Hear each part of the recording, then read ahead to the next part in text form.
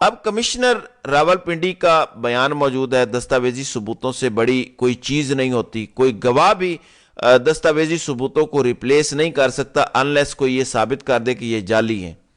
اسلام آباد کی سیٹ پہ جہاں مصطفیٰ نواز کھوکھر کو دو سیٹ، خود جو کھوکھر صاحب ہیں دو سیٹوں پہ کھڑے ہوئے، انہوں نے 100% فارم 45 تحریک انصاف کو دیے ہیں۔ انہوں نے جیو کے اینکر شہزاد اقبال کو بھی بھیجے، انہوں نے خود دیکھے اور وہ کہتے ہیں کہ اس کے مطابق تحریک انصاف جیتی ہے۔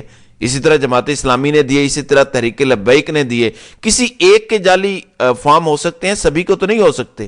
آپ کمشنر کے بیان کو ملا کے سمجھیں تو آپ کو سارا کھیل سمجھ آ جائے گا، لیکن دوسری طرف بزد ہیں وہ قوتیں جو پاکستان کو تباہ کرنا چاہتی ہیں کہ ہم نے خزاں ہی مسلط کرنی ہے، ہم نے بہار نہیں آنے دینی۔ جب تک الیکشن کمشنر کو آپ آرٹیکل 6 لگا کے سزائے موت نہیں دیتے، یہ ملک آگے نہیں بڑھ سکے گا۔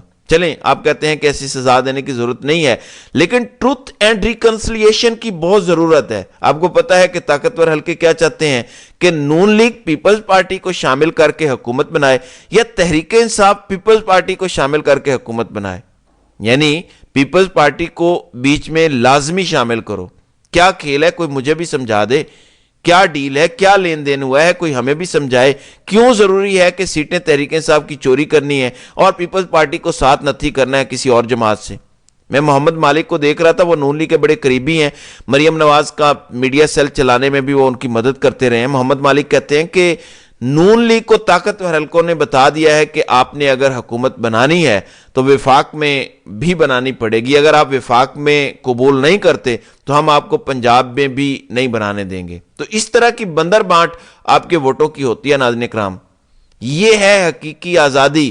جن لوگوں کو شک تھا کہ عمران خان کیا کہہ رہے ہیں، کیا یہ کوئی خیالی پلاؤ ہے حقیقی آزادی، انہوں نے آپ کو سمجھا دیا ہے کہ حقیقی آزادی ہے کیا، کہ ووٹ آپ کسی اور کو ڈالیں اور شام کو بس ایک فارم 47 جیسی بے وقت، فارم 47 اس لیے بے وقت ہے کیونکہ فارم 45 کے مجموعے کا یہ نام ہے، اصل ڈاکومنٹ تو فارم 45 ہے جو آفیشل ڈاکومنٹ ہے۔ تو فارم 47 جیسے بے وقت ڈاکومنٹ پہ آپ کے ووٹوں کی انہوں نے تعداد کم کی اور کسی کی بڑھا دی۔ اب الیکشن کمیشن 3 دن بعد تحقیقات کر کے سب کو کلین چٹ دے دے گا، لیکن تحقیقات تو ہونے کی ضرورت ہی نہیں ہے، صرف فارم 45 کے مطابق ری کاؤنٹنگ کرنے کی ضرورت ہے۔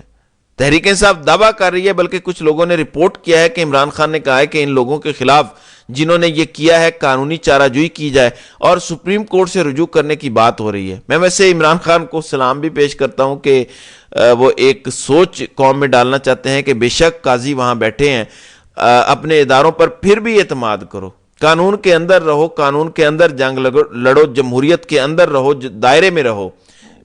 عمران خان کی ٹوٹل لڑائی یہی ہے، وہ دائرے میں رہ کر اس نظام کو شکست دینا چاہتے ہیں، وہ اس دائرے سے باہر نہیں نکلنا چاہتے۔ یہ بار بار عمران خان کو غلط کہہ کے، فتنہ کہہ کے، فساد کہہ کے ثابت کرنے کی کوشش کرتے ہیں کہ عمران خان دائرے سے باہر نکلنا چاہتے ہیں۔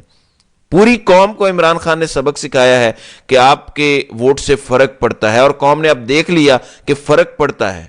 سرکاری افسران بھی بول پڑے تو اس کا مطلب ہے فرق پڑتا ہے۔ حامد میر جیسا بندہ جو رجیم چینج آپریشن میں صف اول کا سپاہی تھا، بڑا گندا کردار اس شخص نے ادا کیا، وہ بھی اب بول رہا ہے کہ مزید افسران بھی سامنے آئیں گے، بلکہ اس نے کہا ہے کہ کئی افسران نے الیکشن کمیشن کو بتایا، ریٹن میں بھیجا ہے کہ کیا کچھ ہوا ہے۔ دیگر افسران بھی سامنے آ سکتے ہیں۔ کچھ لوگ کہہ رہے ہیں کہ مختلف جگہ کے پریزائڈنگ افسران بھی آ کے گواہی دیں گے کہ ہوا کیا ہے، ہمارے فارم 45 پہ کیا تھا اور 47 میں کیا لکھا گیا۔ تو اس ٹائم معاشرہ ایک ایسے موڑ پر کھڑا ہے جو ڈیفائننگ مومنٹ ہے کہ یہاں سے یا تو سارا معاشرہ سدھر جائے گا یا ہم بالکل ہی تباہی کی طرف چلے جائیں گے، کوئی درمیانی رستہ یہاں سے نہیں ہے۔ طاقتور حلقوں نے اگر ہوش کے ناخن نہ لیے اور اپنی ضد جاری رکھی کہ ہم نے نواز شریف کو ہی نوازنا ہے اور پاکستان جائے بھاڑ میں، تو پھر یہی ہوگا۔ فیصلہ سازوں کو ہر صورت اپنی ضد ختم کرنی پڑے گی۔ ماشاء اللہ کا کوئی خطرہ پاکستان کے اندر نہیں ہے۔ پاکستان کو اس ٹائم 30 ارب ڈالر چاہیے اس سال، اور ماشاء اللہ لگ گیا تو پھر کوئی ملک آپ کو یہ دینے والا نہیں ہے، کیونکہ نہ تو اس وقت آپ افغانستان میں کسی جنگ کا حصہ ہیں کہ امریکہ آپ کی مدد کرے یا کوئی دوسرا ملک آ کے آپ کی مدد کرے۔ اس لیے ہوش کے ناخن لیں اور پاکستان کو آگے چلنے دیں، اور اس ملک کو تباہی میں مزید مت دھکیلیں، ورنہ ملک اس سائڈ پہ چلا جائے گا جہاں سے واپس آنا ہمارے لیے ناممکن ہو جائے گا۔ تو ناظرین کرام، آپ کی اس ویڈیو کے حوالے سے کیا رائے ہے؟ آپ اپنی رائے کا اظہار کامنٹ سیکشن میں ضرور کیجئے گا۔